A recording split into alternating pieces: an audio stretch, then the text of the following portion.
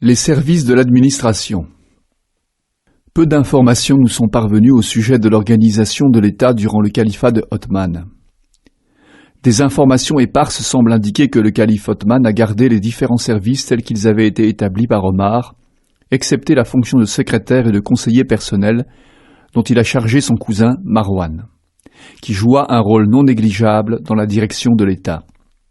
Pour ce qui est de l'organisation de la justice, il ne semble pas qu'elle ait subi de grandes transformations. Les gouverneurs ont simplement commencé à intervenir davantage dans le fonctionnement de la justice, surtout Muawiyah, qui avait une autonomie quasi totale dans l'organisation du Cham et dans le choix des fonctionnaires. Othman nomma aussi les responsables de la police ou des marchés à Médine, mais dans les différentes villes musulmanes, la question se pose. Était-il nommé par le calife lui-même ou par les gouverneurs locaux ? Il n'y a pas d'inconvénient à ce que tous les services administratifs locaux dépendent des gouverneurs, mais il était de la responsabilité du calife d'exiger des gouverneurs qui lui rendent des comptes. Othman exerça une supervision au début de son califat, mais l'âge avançant et avec les difficultés et les troubles en partie dus à la confiance excessive que le calife accordait à ses parents qui occupaient la quasi-totalité des charges de l'État, l'autorité du calife s'affaiblit et son influence diminua. Nous constatons qu'au début de son califat, Othman, que Dieu soit satisfait de lui, a mené la même politique de rigueur que son prédécesseur vis-à-vis des gouverneurs. Il les convoquait au pèlerinage, et c'est là qu'il devait lui rendre compte de leur administration des affaires dans les régions dont ils avaient la tutelle. Puis le calife devint moins exigeant envers les gouverneurs qu'il nomma plus tard, et dont un certain nombre étaient issus de sa famille. C'est vrai que le calife destitua Al-Walid ibn Uqba, lorsqu'il fut accusé de s'adonner à la boisson. Il destitua aussi Saïd ibn al-As pour répondre à une requête de la population de Koufa, mais Othman eut à un certain moment la conviction que les habitants de Koufa, de Bassora et d'Égypte trouveraient toujours l'occasion de se plaindre de l'un ou l'autre gouverneur. C'est vrai, puisque ces mêmes populations s'étaient déjà plaintes de leur gouverneur sous le califat de Omar. Le calife Othman ne savait sans doute plus à qui se fier. Alors il se reposa sur ses proches. Une chose est sûre, c'est que le calife Othman ne s'entoura pas des compagnons du prophète. Il s'isola. Bien que la politique du calife n'ait rien eu d'illégal, elle n'a engendré que des conséquences graves dès sa mise en application. Le calife Othman donna l'autorité sur tout le Cham à Muawiyah ibn Abu Sufyan, alors que Omar avait désigné pour ce territoire 4 gouverneurs. Quant aux gouverneurs de Koufa et aux gouverneurs de Bassora, des parents de Othman, ceux-ci avaient un droit de regard sur les provinces de l'Irak et de l'Arménie, de l'Azerbaïdjan et de la Perse. Le gouverneur d'Égypte, non plus Amr ibn al-As, mais Abdallah ibn Abi Sarh, frère de l'aide Othman, eut sous sa tutelle l'Égypte et tous les territoires de l'Occident musulman, la Tripolitaine, l'Afrique du Nord. Donc toutes les régions acquises à l'islam se sont trouvées sous le commandement d'une même famille, les Banu Umayya. Comment, dès lors, être surpris du réveil rapide de l'esprit tribal que l'islam avait toujours combattu, et de son utilisation opportuniste par les ennemis de l'islam pour diviser la communauté? Personne ne peut douter des bonnes intentions du calife Othman dans la gestion de l'État et des choix qu'il avait à faire. Les hommes nommés par Othman étaient peut-être efficaces du point de vue administratif, mais ils ne pouvaient répondre aux besoins urgents de la communauté, de trouver en leur chef des guides et des modèles les incitant à la solidarité et à la piété. Depuis que les illustres compagnons du prophète avaient été mis à l'écart, il y avait quelque chose d'instable qui se faisait sentir au sein de la communauté et que les agents de la division ne cessaient de cultiver. Tous les chroniqueurs sont unanimes pour rapporter que la plus grande partie du califat de Othman a été gérée avec réussite, et que le calife était aimé et respecté dans sa communauté. Seuls certains hommes que le calife avait destitués de leurs fonctions le critiquaient, mais quoi de plus normal ? Othman a inauguré son califat avec un élan de générosité, décidant que les dons publics seraient augmentés de 10%. Il fit en sorte que la valeur des dons soit la même pour les Arabes et les non-Arabes. Il pratiqua une politique financière plus libérale, allégeant le contrôle de l'État. Il permit par exemple aux musulmans de verser personnellement leur impôt obligatoire, à zakat, et de ne plus le verser aux collecteurs officiels de l'État. Il permit aux gens de disposer librement de leurs capitaux. L'État contrôla moins qu'avant l'origine des richesses. Le calife Othman, que Dieu soit satisfait de lui, savait que les gens qui étaient favorables à son élection espéraient une ère de prospérité individuelle. C'est un phénomène naturel dans l'évolution d'une société dont les ressources sont devenues plus abondantes. Ce désir était aussi partagé par les peuples récemment acquis à l'islam. Ils avaient longtemps été opprimés et voyaient en l'islam un libérateur qui leur accorderait une vie meilleure. Le calife Othman était conscient que ce choix qu'il avait opéré en matière de politique financière faisait partie de la marche de l'histoire, mais n'était pas sans risque.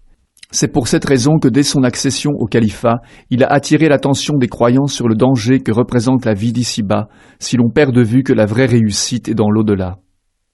Mais la société évolua autrement. Les deux califes précédents, Abu Bakr et Omar, étaient conscients que l'amour du bas monde ne pouvait cohabiter dans le cœur du croyant avec l'amour de Dieu, et que ceux qui avaient pour mission la propagation du message divin ne pouvaient devenir esclaves de la vie terrestre. Mais tous n'étaient pas aussi pieux et aussi sincères qu'Abu Bakr, Omar ou Othman. Othman était riche, et nous avons évoqué sa générosité légendaire. Il ne considérait pas l'argent comme un but en soi, mais comme un moyen permettant de réaliser le bien-être des gens. Donc, sa politique visait le bien-être des gens, et ce en instituant une politique moins contraignante, permettant à chacun de s'enrichir. Ce faisant, le calife oubliait que si l'État ne contrôlait plus la juste application de cette politique financière sur le terrain, des dérapages risquaient d'engendrer des dissensions graves au sein de la société. Le calife Othman devait donc, malgré son âge avancé, affronter une société en pleine transformation. La question maintenant est de savoir dans quelle mesure cette politique a été bénéfique pour l'ensemble de la communauté. Au début du califat de Othman, personne ne s'est plaint. Mais avec le temps, on vit certaines personnes se constituer de grosses fortunes, et les gouverneurs en faisaient partie. Othman ne destitua pas les gouverneurs qui s'étaient enrichis, surtout que beaucoup d'entre eux étaient, pour les raisons que nous avons évoquées, des proches parents. Dans ce nouveau contexte, une classe de riches, très influents, vit le jour. Ceci donna naissance à un mouvement de mécontents. L'exhibition des richesses faisait mal aux pauvres, ainsi qu'aux gens pieux qui mesuraient le danger d'un tel étalage pour la stabilité de la société. La révolte qui mena à l'assassinat du calife Othman avait de multiples raisons. Cependant, il est certain que cette révolte avait une dimension socio-économique. Un certain nombre de compagnons du prophète avaient exprimé leur désaccord avec le calife et le critiquaient pour sa politique financière. Il y avait un malaise social dû à la situation difficile de nombreux citoyens et que la politique de certains gouverneurs ne faisait qu'exaspérer, et c'était le calife Othman qui en payait le prix. Ainsi, l'illustre compagnon du prophète Abu Dharr al-Ghifari a lancé un mouvement en faveur des pauvres, ce qui ennuya Muawiyah, le gouverneur de Cham, et fit peur aux riches, car les pauvres exigeaient que les riches partagent leurs biens avec eux. Muawiyah s'en plaignit au calife qui fit venir Abu Dharr à Médine. Quand ce dernier vit les lieux de rassemblement luxueux de Médine, il dit « Préviens les habitants de Médine d'une attaque sans merci et d'un soulèvement dont ils se souviendront. » Abu Dharr refusa de s'installer à Médine et préféra s'exiler en plein désert. La phrase d'Abu Dharr était révélatrice d'une crise due très certainement, en partie, à ce facteur économique. On ne peut pas en rendre le calife Othman directement responsable, sauf en ce qui concerne le choix des agents de l'État qui auraient dû veiller à ce que s'accomplisse mieux le but principal de l'islam, l'instauration d'une société juste et solidaire. Omar avait lancé les musulmans dans un mouvement qui les a enrichis. Cependant, Omar a su les maîtriser en instaurant des règles de conduite strictes. Mais comme le dit plus tard Othman, c'était un lourd héritage que l'héritage de Omar. Othman sous-évalua l'effet politique de la libération des capitaux, surtout ceux de Quraysh, et les conséquences de l'installation de ces riches Qurayshites dans les différentes provinces musulmanes. Quant à Muawiyah, gouverneur de Cham, il interpella en ces mots certains opposants. « Dieu a bâti ce royaume grâce aux efforts de Quraysh. » On aurait pu lui rétorquer « Est-ce une raison suffisante pour que ceux-ci s'accaparent de toutes les richesses ?» Sous Othman, les riches Qurayshites se sont installés dans les principales villes musulmanes, Koufa et Bassora, ainsi qu'en Égypte, avec la permission du calife, alors que Omar leur avait interdit de s'y installer et d'y acquérir des propriétés. De plus, certains gouverneurs omeyyades, surtout à la fin du califat de Othman, ont eu une conduite irresponsable. Ces deux facteurs ont permis à ceux qui prêchaient la division de se faire entendre et de gagner des adeptes qui seront responsables de l'assassinat du calife, que Dieu soit satisfait de lui. La naissance de la crise et ses principaux auteurs.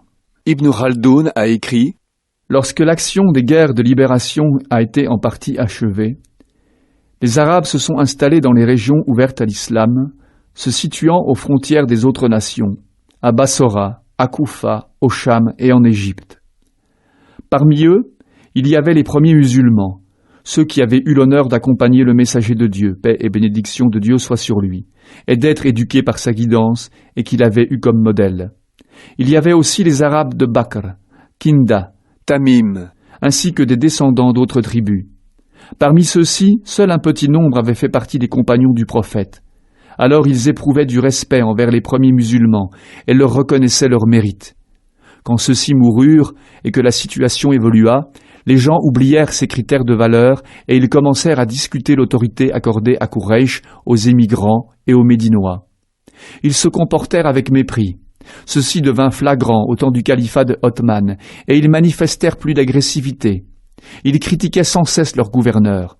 Ils ont à maintes reprises exigé la destitution de certains d'entre eux. Ils épiaient leurs faits et gestes et refusaient de leur obéir.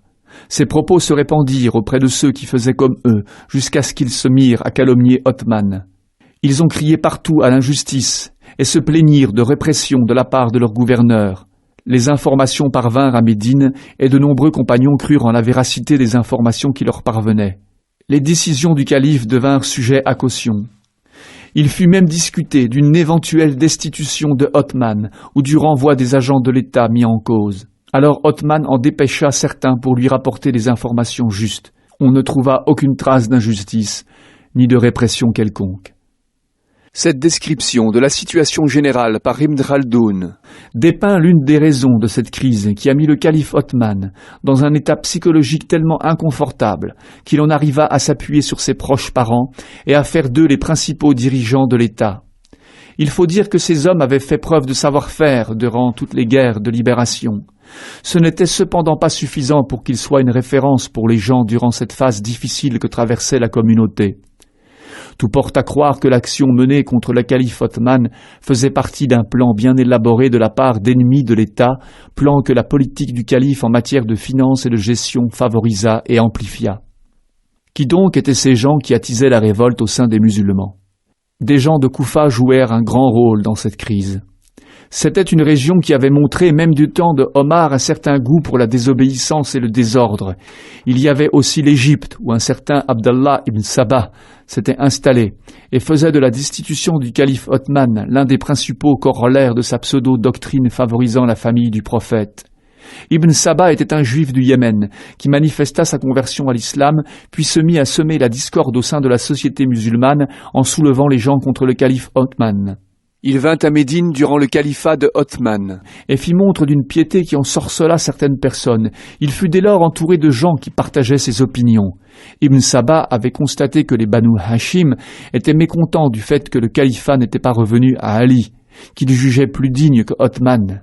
Ibn Sabah, avec une grande ruse, commença alors à prêcher l'amour de la famille du prophète à travers la personne de Ali. Il lança cette formule: chaque prophète laisse derrière lui un légataire. Ce dernier doit être l'un de ses proches. Comme Aaron était le légataire de Moïse, de la même manière, Mohammed doit en avoir un, et son légataire c'est Ali. Othman devrait être démis du califat. Lorsque Ali fut informé de cette propagande, il s'y opposa. Alors Ibn Sabah dut partir à Bassora, où il trouva parmi les gens mécontents, à tort ou à raison, des adeptes pour sa propagande. Il se mit à y répandre des idées en secret, puis s'en alla en Égypte où il s'installa entouré de gens qui avaient répondu favorablement à son appel de révolte contre le calife Othman. Ses partenaires commencèrent à échanger une correspondance secrète et furent derrière une tentative de révolte à Bassora, incitant la population à désobéir au gouverneur al-Walid. Mais les gens ne répondirent pas à leur appel et renouvelèrent à la demande d'Abu Moussa al-Ash'ari leur allégeance au calife Othman. L'action d'Ibn Sabah eut assurément une grande influence sur le déroulement des événements qui menèrent à l'assassinat du calife. Il est vrai que le mécontentement populaire, comme nous l'avons déjà exposé, avait des raisons d'ordre politico-social. Personne toutefois ne pensait à destituer le calife, et moins encore à le tuer. Le mouvement d'Ibn Sabah fit beaucoup pour exciter le mécontentement. Durant le califat de Othman, l'expansion musulmane touchait à sa fin. Les gens qui auparavant s'adonnaient aux guerres de libération commençaient à s'intéresser à la politique. Ils espionnaient le calife et ses gouverneurs, leurs faits et gestes furent épiés. Ils constatèrent la nonchalance de l'État face aux intérêts de la population et la concentration des richesses entre les mains des Qurayshites, et plus spécialement des proches de Othman. La majorité des compagnons invitèrent le calife à réagir.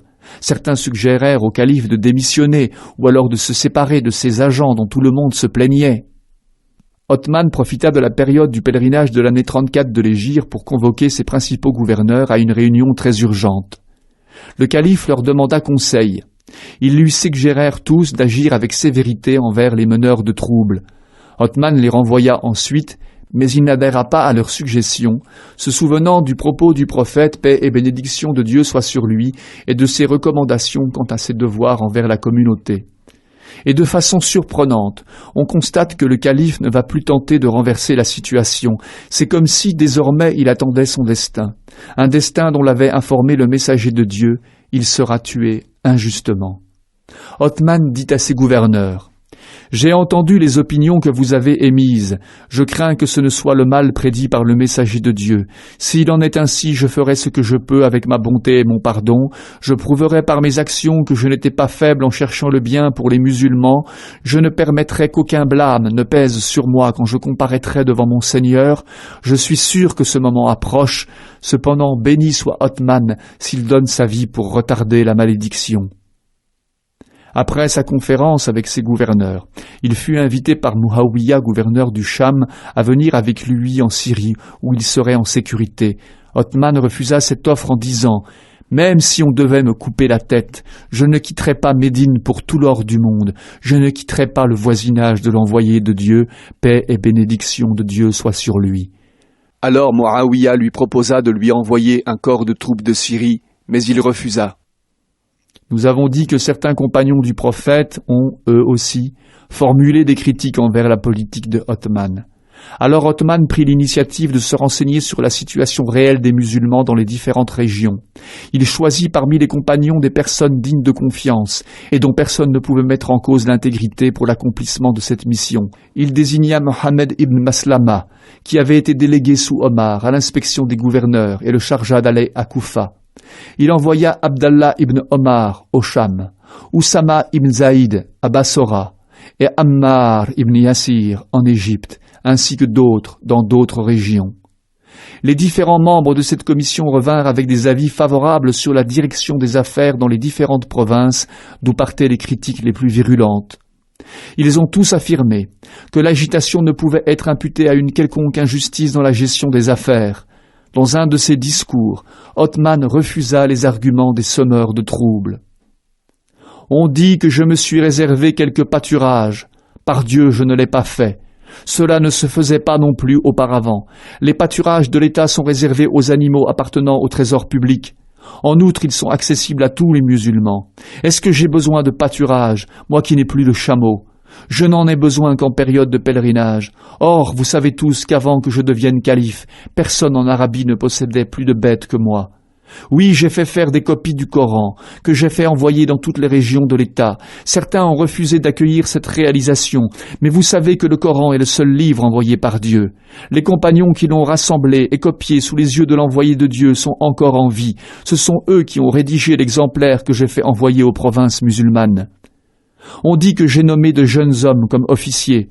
En vérité, ce n'est pas l'âge qui détermine la valeur de l'homme, et la jeunesse ne peut être une raison valable pour dénigrer l'action de quiconque. C'est la qualification et la compétence qui ont guidé mon choix.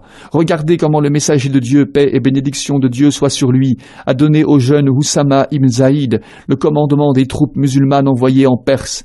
Pourtant, ceux que j'ai désignés étaient plus âgés que lui à l'époque, et vous ne pouvez nier leur efficacité.